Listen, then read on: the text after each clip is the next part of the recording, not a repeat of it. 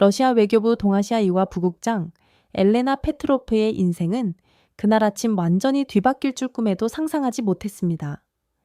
일본이 쿠릴, 열도 문제를 건드리며 러시아 전역이 발칵 뒤집힌 상황이었습니다. 일본 측은 70년간 8조엔을 지원했으니 이제 영토를 반환할 때라고 요구했으나 푸틴 대통령은 3초간의 침묵 끝에 폭탄 선언을 터뜨렸습니다. 쿠릴은 고사하고 독도 역시 너희의 땅이 아니다. 이 발언에 일본 외무성 전체가 경색되었지만 더 큰 충격은 다음 말이었습니다. 한국 정부와 이미 모든 사안을 협의했다. 도대체 러시아와 한국 사이에 어떤 비밀 거래가 이루어졌는지에 대한 충격적인 진실을 이제부터 밝히고자 합니다. 복도 끝에서 막내 막심이 미친 듯이 달려왔습니다. 20년 외교부 생활 중 이런 모습은 처음이었습니다. 막심의 얼굴은 새하얗게 질려 있었습니다. 엘레나 부국장님, 큰일 났습니다. 푸틴 대통령께서 지금 독도가 한국 땅이라고 공식 선언하셨습니다. 순간 심장이 멎는 것 같았습니다. 제가 동아시아 담당인데 이런 중대 사안을 몰랐다는 것은 불가능한 일이었습니다. 회의실 TV 화면 속 푸틴 대통령의 얼굴은 늘 그렇듯 무표정했지만 그의 입에서 나오는 말은 그 자체로 폭탄이었습니다. 러시아는 오늘부로 독도에 대한 공식 입장을 천명한다. 독도는 역사적, 지리적, 국제법적으로 명백한 대한민국의 고유 영토이다. 누군가 나지막이 중얼거렸습니다. 미쳤어. 저 역시 같은 생각이었습니다. 끓는 커피 잔을 든 손이 떨렸고 뜨거운 커피가 쏟아졌지만 고통조차 느끼지 못했습니다. 대통령은 이어 선포했습니다. 러시아 태평양 함대는 향후 독도 인근 해역의 자유항행을 전적으로 보장할 것이며 그 어떤 국가의 도발도 용납하지 않을 것입니다. 세르게이 국장님은 의자에서 벌떡 일어났습니다. 30년 경력에 노련한 외교관인 그의 목소리마저 떨리고 있었습니다. 이건 선전포고입니다. 도대체 왜 우리가 한국을 위해 일본과의 모든 협상을 날려버리면서까지 이런 결정을 내린 것입니까? 그때 제 휴대전화가 폭발하듯 울렸습니다. 일본 외무성 타나카 국장이었습니다. 페트로프, 당장 설명하시오. 이게 무슨 짓이오? 그의 목소리는 거의 비명에 가까웠습니다. 타나카 씨, 저도 방금 거짓말 마시오. 당신들이 우리를 속였어. 쿠릴 열도 협상은 전부 연극이었군. 전화기 너머로 들리는 고함 소리에 저는 할 말을 잃었습니다. 저 역시 이 모든 상황을 전혀 알지 못했기 때문입니다. 타나카 국장은 24시간 내로 해명하지 않으면 모든 경제 협력을 중단하겠다고 위협한 뒤 전화를 끊었습니다. 사무실은 이미 전쟁터를 방불케 했습니다. 베이징, 평양, 서울, 워싱턴에서 항의와 문의 전화가 빗발쳤습니다. 모두가 이유를 물었습니다.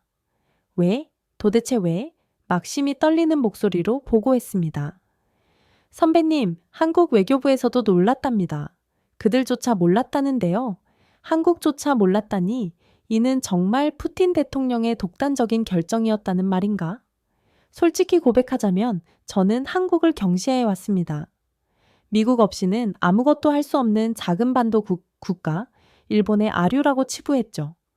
제 책상 서랍에는 일본이 제공한 다케시마 자료가 가득했고 당연히 일본의 이름의 주장이 옳다고 믿었습니다. 강한 자가 이기는 것이 외교의 진실이라 여겼기 때문입니다. 그런데 푸틴 대통령은 왜 무엇이 그를 움직였을까? 그때 세르게이 국장님이 저를 불렀습니다. 그의 손에는 크렘린궁 직인이 찍힌 붉은색 비밀 문서 봉투가 들려 있었습니다. 방금 대통령 비서실에서 왔네. 엘레나, 너만 보라고 했다. 제 이름이 적힌 봉투를 받으며 손이 떨렸습니다. 안에는 단 한 줄의 지시가 적혀 있었습니다. 오늘 오후 4시 크렘린궁 지하 문서고 혼자 오시오. 서명은 없었지만 그것이 푸틴 대통령의 최측근이자 전설적인 KGB 출신인 드미트리 볼코프의 지시임을 알 수 있었습니다. 갑자기 등골이 서늘해졌습니다. 이것은 단순한 외교 결정이 아니었습니다. 훨씬 더 크고 깊은 비밀이 숨어 있었고 그들이 하필 저를 선택한 이유가 분명 있을 것이었습니다. 크렘린궁 지하 문서고로 향하는 발걸음은 무거웠습니다. 무거운 철문 앞에서 검은 정장의 사나이가 기다리고 있었습니다. 바로 드미트리 볼코프였습니다. 그는 푸틴의 그림자라 불리는 인물이었습니다. 페트로프 동지, 기다렸소. 그가 낡은 소련식 호칭을 사용하자 왠지 모를 소름이 돋았습니다. 왜 저를 부르신 겁니까? 따라오시오. 곧 알게 될 거예요. 어둡고 차가운 복도를 따라 걸어 마침내 작은 방에 도착했습니다. 테이블 위에는 먼지 쌓인 파일들이 놓여 있었습니다. 저는 문득 15년 전 제가 처음 동아시아 담당이 되었을 때의 기억을 떠올렸습니다. 당시 상사는 엘레나, 아시아에서 중요한 나라는 딱 두 나라, 중국과 일본뿐이다. 나머지는 그냥 덤이다. 라고 말했습니다. 저는 그 말을 철석같이 믿었고 특히 일본에 대해 더욱 그러했습니다.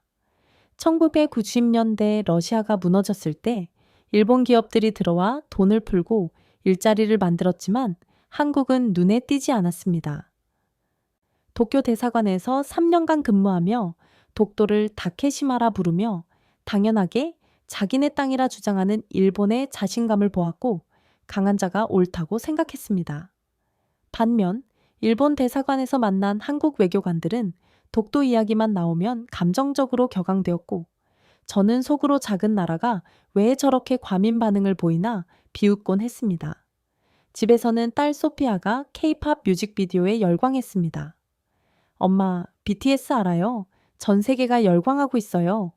저는 그런 싸구려 음악은 그만 듣고 차라리 차이콥스키를 들어라 라며 핀잔을 주었습니다. 소피아는 엄마는 너무 구시대적이에요. 한국이 얼마나 멋진 나라인지 라고 반박했습니다. 우리는 늘 이런 식으로 충돌했습니다. 소피아는 한국을 동경했고 저는 한국을 경멸했습니다. 이것을 보시오. 드미트리가 저의 회상을 깨뜨렸습니다.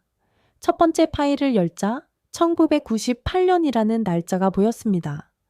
러시아가 루브라 폭락과 국가부도 직전에 몰렸던 최악의 경제 위기 상황이었습니다.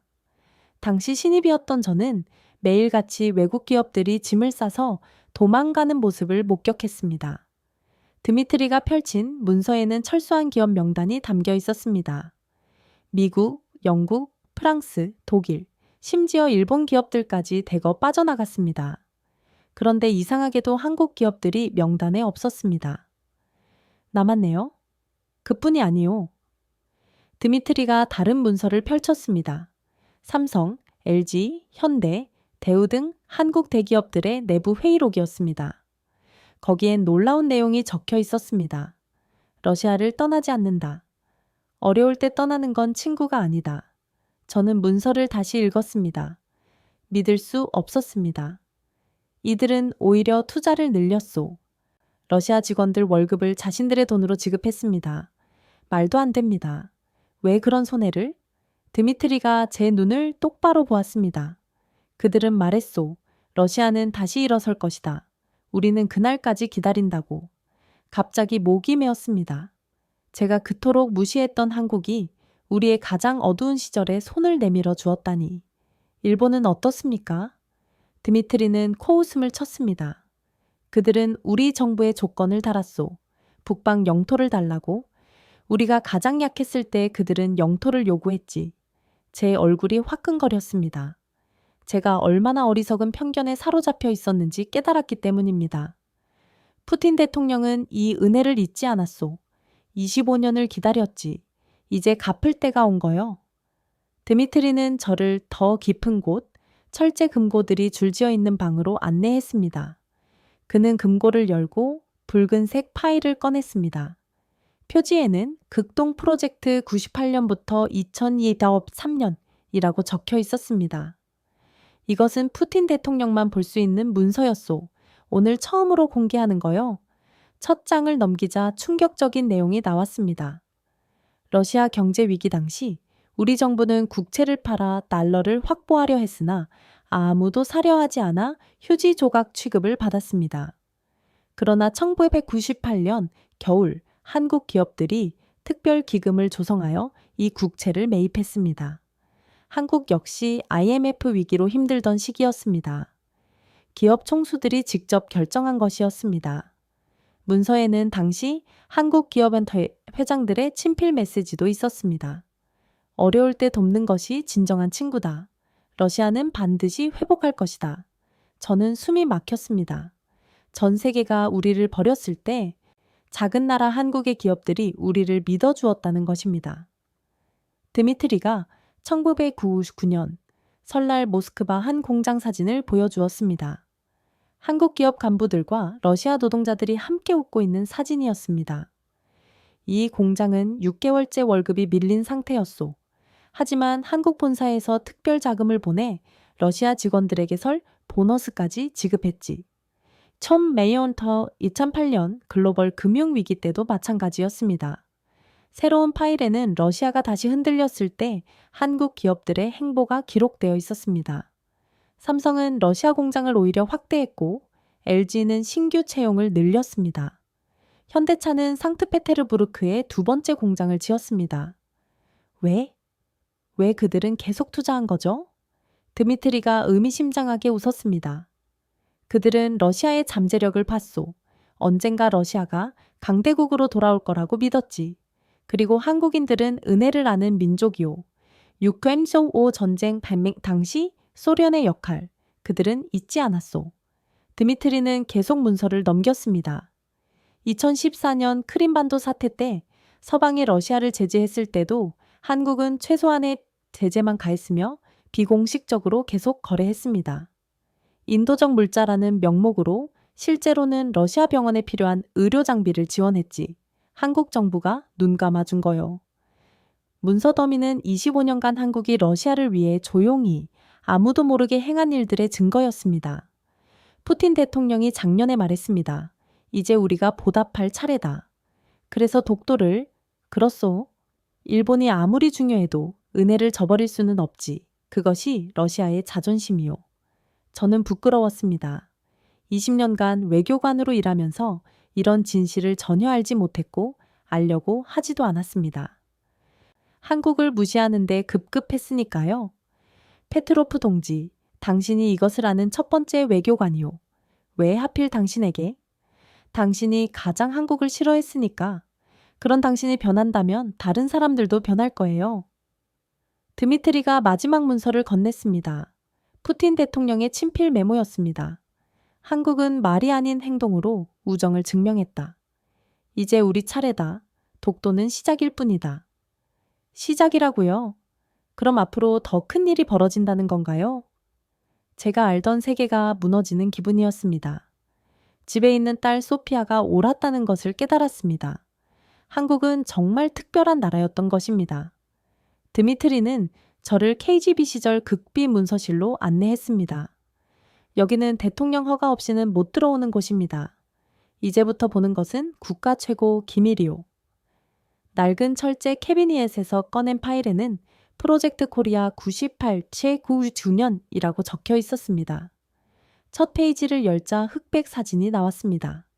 눈보라치는 모스크바 1998년 위벌 31일 영하 30도의 혹한 속에서 한국 기업 직원들이 러시아 노숙자들에게 음식을 나눠주고 있었습니다. 대우 직원들이요. 그들조차 월급을 못 받고 있었는데 자기 돈으로 빵을 사서 나눠줬지. 다음 사진은 병원 침대에 누운 러시아 아이들과 한국 의사들이었습니다. 삼성 의료진이 무료 진료를 했고 약값까지 지불했습니다. 우리가 무너졌을 때, 우리 정부조차 국민을 돌보지 못했을 때 한국인들이 거기에 있었습니다. 왜 이런 일을 했을까요? 그들에게 무슨 이득이? 이득? 드미트리가 쓴웃음을 지었습니다. 그들은 이득을 바라지 않았소. 단지 옳은 일이라고 생각했을 뿐이지. 99년 1월 삼성 본사 회의록 보고서에는 러시아 철수 반대, 이유는 도덕적 책임. 우리 때문에 일하는 3만 러시아 가정을 버릴 수 없다고 적혀 있었습니다. LG 회의록 역시 당일 손실 예상액은 5억 달러. 그러나 인간적 신뢰는 돈으로 살 수 없다. 러시아와 함께한다는 내용이었습니다. 저는 눈물이 날 뻔했습니다. 대기업들이 이런 결정을 내렸을 때 주주들이 반발하지 않았나요? 한국 언론이 그들을 공격했소. 국민 세금 낭비라고. 하지만 기업들은 버텼지. 드미트리가 두꺼운 앨범을 꺼냈습니다. 2003년 모스크바 지하철 테러 당시 밤새 부상자를 치료하는 한국 의료진 사진, 2010년 마을 화재 때 한국 기업들이 보낸 구호 물자 사진 등 25년간의 기록이 수백 장 들어 있었습니다. 이런 걸 왜 공개하지 않았습니까? 한국인들이 원치 않았소.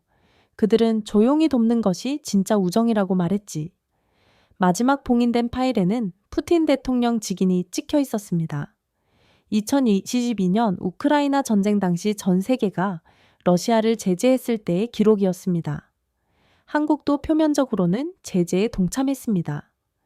문서를 자세히 보니 한국 정부는 제재를 하면서도 인도적 통로를 열어 러시아 일반 국민이 피해받지 않도록 의약품, 식량, 생필품을 지원했습니다. 그들은 정치와 국민을 분리했지. 더 놀라운 것은 한국 정보기관이 우리에게 정보를 제공했소. ISIS가 모스크바를 노린다는 테러 첩보였소. 덕분에 막을 수 있었지. 저는 할 말을 잃었습니다.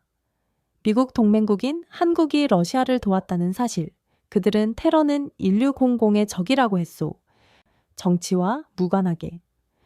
드미트리가 작은 상자에서 2000년 푸틴 대통령 취임 시 이건희 삼성 회장이 보낸 낡은 편지를 꺼냈습니다. 편지에는 푸틴 대통령님, 러시아는 반드시 부활할 것입니다. 그날까지 저희는 러시아와 함께 하겠습니다. 약속합니다. 라고 적혀 있었고 그 약속은 25년간 지켜졌던 것입니다. 이제야 푸틴 대통령이 왜 독도를 선택했는지 이해할 수 있었습니다. 이것은 단순한 영토 문제가 아니라 25년 우정에 대한 보답이었던 것입니다. 밤늦게 집에 돌아오자 딸 소피아가 거실에서 TV를 보며 기다리고 있었습니다. 화면에서는 여전히 푸틴의 독도 발언이 반복되고 있었습니다. 엄마, 이제 알겠지? 한국이 얼마나 대단한 나라인지. 평소 같으면 타박했겠지만 오늘은 달랐습니다. 소피아, 네가 옳았어. 엄마가 편견에 갇혀 있었단다. 저는 크렘린궁에서 보고 들은 진실, 98년 경제위기 때 한국 기업들의 헌신에 대해 설명했습니다. 소피아는 감격스러운 표정이었습니다. 엄마, 나 한국 유학 가고 싶어요. 저는 곧바로 대답했습니다. 그래, 가도 좋아. 아니, 가야 해. 제대로 배워와. 소피아는 저를 껴안았습니다. 그때 전화가 왔습니다. 세르게이 국장이었습니다. 엘레나, 내일 아침 일찍 나와. 블라디보스토크 출장이다. 푸틴 대통령의 특명이야. 한국 기업들 현장 실사팀을 네가 이끌게. 다음날 새벽 블라디보스토크행 비행기에 올랐습니다. 옆자리의 세르게이 국장은 25년 동안 이런 비밀이 있었다니 왜 이제야 공개하는 걸까? 라고 물었습니다. 때가 되었기 때문입니다. 러시아가 충분히 강해졌고 이제 은혜를 갚을 수 있으니까요. 세르게이 국장은 일본을 언급하며 코웃음을 쳤습니다. 일본? 그들이 우리를 배신한 게 한두 번인가? 98년에도 2008년에도 우리가 약할 때마다 영토를 요구했지. 하지만 한국은 단 한 번도 우리 약점을 이용하지 않았어. 비행기가 착륙할 때쯤 블라디보스토크 시내에 한글 간판이 즐비한 것이 보였습니다. 공항에 내리자 한국 기업 관계자들이 기다리고 있었습니다. 환영합니다. 저희가 20년 동안 여기서 뿌리 내렸습니다. 차를 타고 시내로 가면서 놀라운 광경을 목격했습니다. 한국 기업들이 운영하는 공장, 학교, 병원 등이 러시아 극동의 삶에 완전히 녹아들어 있었습니다. 삼성 공장에는 러시아인 5,000명이 일하고 있었고 놀랍게도 98년부터 단 한 명도 해고되지 않았다고 했습니다. 공장장 이반 쿠즈네초프는 99년 입사 당시의 절망적인 상황과 한국 본사에서 러시아 직원 전원 고용 보장, 월급 100% 지급 지시가 내려왔던 일을 증언했습니다. 조린마인 반장 나타샤는 98년 겨울 남편이 실직하고 아이가 아팠을 때 한국인 과장님이 개인 돈으로 병원비를 줬던 일에 눈물을 글썽겼습니다. 다음 현대자동차 공장에는 러시아 청년들을 무료로 교육시키고 취직을 보장하는 기술학교가 붙어 있었습니다. 정년 퇴직한 한국 기술자들이 자원봉사를 하며 러시아 젊은이들을 돕고 있었습니다. 점심은 구내 식당에서 한식과 러시아 음식이 함께 나오는 식단을 먹었습니다. 한국 직원과 러시아 직원이 언어는 달라도 동료애를 나누며 웃고 있었습니다. LG 화학 공장에서는 2011년 후쿠시마 사고 당시 LG가 극동 지역 전체 주민들을 안심시키기 위해 방사능 측정기를 무료로 나눠준 이야기를 들었습니다. 일본 정부는 정보를 숨겼지만 한국 기업은 러시아 주민을 지켜주었던 것입니다. 마지막으로 방문한 한국 타운의 김 사장은 러시아 이웃들이 장사가 안 될 때도 의리 때문에 매일 김치를 사갔다고 말하며 그 사랑에 보답하기 위해 러시아 노인들에게 무료 급식을 지원했다고 밝혔습니다. 시청을 방문하자 시장이 직접 나와 말했습니다. 한국 기업이 없었다면 블라디보스토크는 죽은 도시였을 겁니다. 그들이 우리를 살렸어요. 푸틴 대통령의 결정은 당연합니다. 돌아오는 길 세르게이 국장이 말했습니다. 엘레나, 이제 알겠나? 조약이 아니라 사람이 외교를 만드는 거지. 모스크바로 돌아온 다음 날 푸틴 대통령과의 면담 요청이 왔습니다. 크렘린궁 집무실에서 만난 대통령은 창가에 서 있었습니다. 페트로프 동지, 블라디보스토크는 어땠소? 충격적이었습니다, 대통령님. 차를 마시며 푸틴은 20년 전 자신이 대통령이 되었을 때 국제사회가 러시아를 거지로 취급할 때 이건희 삼성 회장이 찾아왔던 일을 이야기했습니다. 이건희 회장은 대통령님, 러시아는 반드시 부활합니다. 저희가 믿고 기다리겠습니다. 라고 말했다고 합니다. 푸틴은 서랍에서 낡은 수첩을 꺼내 보였습니다. 그 안에는 한국 기업들이 경제 위기, 제재를 받을 때도 매년 빠짐없이 투자한 내역이 빼곡히 적혀 있었습니다. 2008년 금융위기에 삼성의 30억 달러 추가 투자, 2014년 크림 제재 시 현대 공장 확대, 2022년 우크라이나 전쟁에도 LG의 고용 유지가 기록되어 있었습니다. 이것이 친구요. 말이 아니라 행동으로 보여주는 것. 푸틴은 상트페테르부르크 부시장 시절이던 94년 다른 나라들이 무시했던 한국 중소기업 대표단을 만났던 일도 회상했습니다. 그들은 우리도 전쟁 폐해에서 시작했다. 러시아도 할 수 있다고 믿는다. 라고 말했다고 했습니다. 일본은 늘 영토를 요구했지만 한국은 우리를 동등한 파트너, 친구로 보았습니다.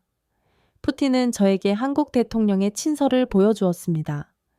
러시아와 한국은 어려움을 함께 이겨낸 친구입니다. 이제 미래를 함께 만들어 갑시다. 푸틴은 저에게 물었습니다. 페트로프 동지, 당신 딸이 케이팝 팬이라면서? 딸이 옳았소. 한국은 특별한 나라요. 당신이 너무 늦게 안 것뿐이지. 그리고 푸틴은 저를 한러 관계 특별 담당관으로 임명했습니다. 당신이 가장 한국을 미워했으니 이제 가장 잘 이해하게 되었소. 당신이 적임자요. 독도는 시작일 뿐이요. 앞으로 한국과 러시아는 더 가까워질 것이고 그 다리가 되시오. 다음 날 아침 저는 30년 만에 처음으로 한국 대사관을 찾았습니다. 화려한 일본 대사관과는 달리 소박했습니다. 박상혁 공사가 러시아 전통차를 대접하며 손님 취향에 맞추는 것이 한국식 환대라고 설명해 주었습니다. 박 공사는 한국도 독도 결정에 놀랐지만 러시아가 스스로 결정해 준 것에 감동했다고 말했습니다. 그는 한반도가 완전히 파괴되지 않았던 6개월 멤버 5 전쟁 당시의 미묘한 균형까지 언급하며 한국인에게 은혜는 잊으면 안 되는 정, 칭의 본질이라고 설명했습니다. 박 공사는 러시아 배추로 직접 담근 김치를 건네며 음식을 나누는 것이 정을 나누는 것이라고 말했습니다. 그는 1998년 경제위기 때 한국이 러시아를 도운 것이 아니라 한국도 IMF로 어려웠기에 함께한 것이라고 강조했습니다. 서울 방문 2주를 앞두고 푸틴 대통령은 한레어 전략적 동반자 관계를 새롭게 정의하겠다고 발표했습니다. 기자회견에서 그는 다시 한번 독도 문제를 언급하며 일본과의 관계 악화는 일본이 약한 러시아에게 영토를 요구함으로써 스스로 선택한 길임을 단호히 했습니다. 그는 이것이 진정한 우정에 대한 이야기이며 미국도 배워야 할 것이라고 선언했습니다. 서울 도착 밤 공항에는 수천 명의 시민이 나와 러시아 국기와 태극기를 흔들며 푸틴을 환영했습니다. 서울의 화려한 야경을 보며 70년 전 폐허였던 도시가 이룬 기적에 모두 감탄했습니다. 다음 날 청와대 정상회담에서 한국 대통령은 25년 우정을 이제 100년 동맹으로 만듭시다 라고 말했습니다. 회담 후 발표된 공동선언문에는 경제협력 100억 달러 확대, 시베리아 공동개발, 우주기술 협력 등이 담겨 있었습니다. 서울 방문 수행단에 포함된 러시아 최대 알루미늄 회사 회장 올레그 데리파스카는 99년 자신이 파산 직전일 때 한국 중소기업 사장들이 대가 없이 기술과 자금을 지원해 주었던 이야기를 들려주었습니다. 비행기 기내식으로 비빔밥이 나왔고 모스크바 서울 직항 노선이 매일 5편으로 늘었다는 사실에 놀랐습니다. 푸틴 대통령은 한국 반도체 기술 자료를 검토하며 배우는 게 아니라 함께하는 것이라고 강조했습니다. 인천공항의 높은 효율성과 청소부 아주머니까지 러시아어로 환영 인사를 건네는 모습은 놀라웠습니다. 호텔 직원들 역시 2주 만에 러시아어를 익혀 응대했고 남산타워는 러시아 국기 색깔로 조명이 켜져 있었습니다. 길거리에서 만난 시민들은 독도 고마워요 라며 진심으로 고마움을 표현했습니다. 택시기사는 요금을 받지 않으려 했습니다. 푸틴 대통령과 함께 600년 전통의 경복궁을 방문하고 청와대 오찬에서는 한국 대통령으로부터 친구가 어려우면 돕는 게 당연하다는 말을 들었습니다. 삼성전자 평택공장 방문 후 저녁에는 홍대클럽에서 한국 청년들과 만났습니다. 푸틴은 어색하지만 함께 춤을 추었고 이 장면은 전 세계로 퍼져나갔습니다. 포장마차 아주머니가 건넨 떡볶이를 맛본 푸틴은 러시아어로 오친 부쿠스나 오첸 부쿠노 아주 맛있군 라고 감탄했습니다. 푸틴은 한국의 힘이 바로 사람, 이 열정적인 국민에게서 나온다는 것을 깨달았습니다. 마지막 날 아침 광화문 광장에서 세종대왕과 부 이순신 장군 동상을 본 푸틴은 한국의 역사와 정신의 경의를 표했습니다. 이어 판문점 비무장지대를 방문하여 냉전의 마지막 현장을 목격한 뒤 통일대교 중간에서 갑자기 차를 세우고 선언했습니다. 러시아는 한반도 평화를 전적으로 지지한다. 그리고 독도는 영원히 한국 땅이다. 그는 한국인에게 독도는 단순한 섬이 아니라 자존심이자 정체성이며 그것을 인정하는 것이 진정한 우정이라고 설명했습니다. 모스크바로 돌아온 후 푸틴은 한국과의 전면적 협력을 지시했습니다. 500억 달러 규모의 대규모 투자 협약, 매년 10,000명, 규모의 청년 교환 프로그램 등 모든 계획이 사흘 만에 결정되었습니다. 저는 25년 우정, 100년 동맹으로라는 제목의 특별 보고서를 작성했습니다. 일주일 후 저는 러시아 국영 TV 출연하여 25년간 한국이 러시아를 도왔던 숨겨진 진실을 러시아 국민에게 알렸습니다. 방송 후 반응은 폭발적이었고 한 달 뒤 일본 외무성마저 독도 관련 주장을 재검토하기로 했습니다. 푸틴 대통령은 저를 주한 러시아 대사관 공사로 발령하며 현장에서 한러 관계를 만들어 가라고 지시했습니다. 저는 딸 소피아와 함께 서울로 떠날 준비를 하며 새로운 사명을 다짐했습니다. 25년 우정을 100년 동맹으로 이어가는 것이 바로 그것이었습니다. 독도는 시작일 뿐입니다.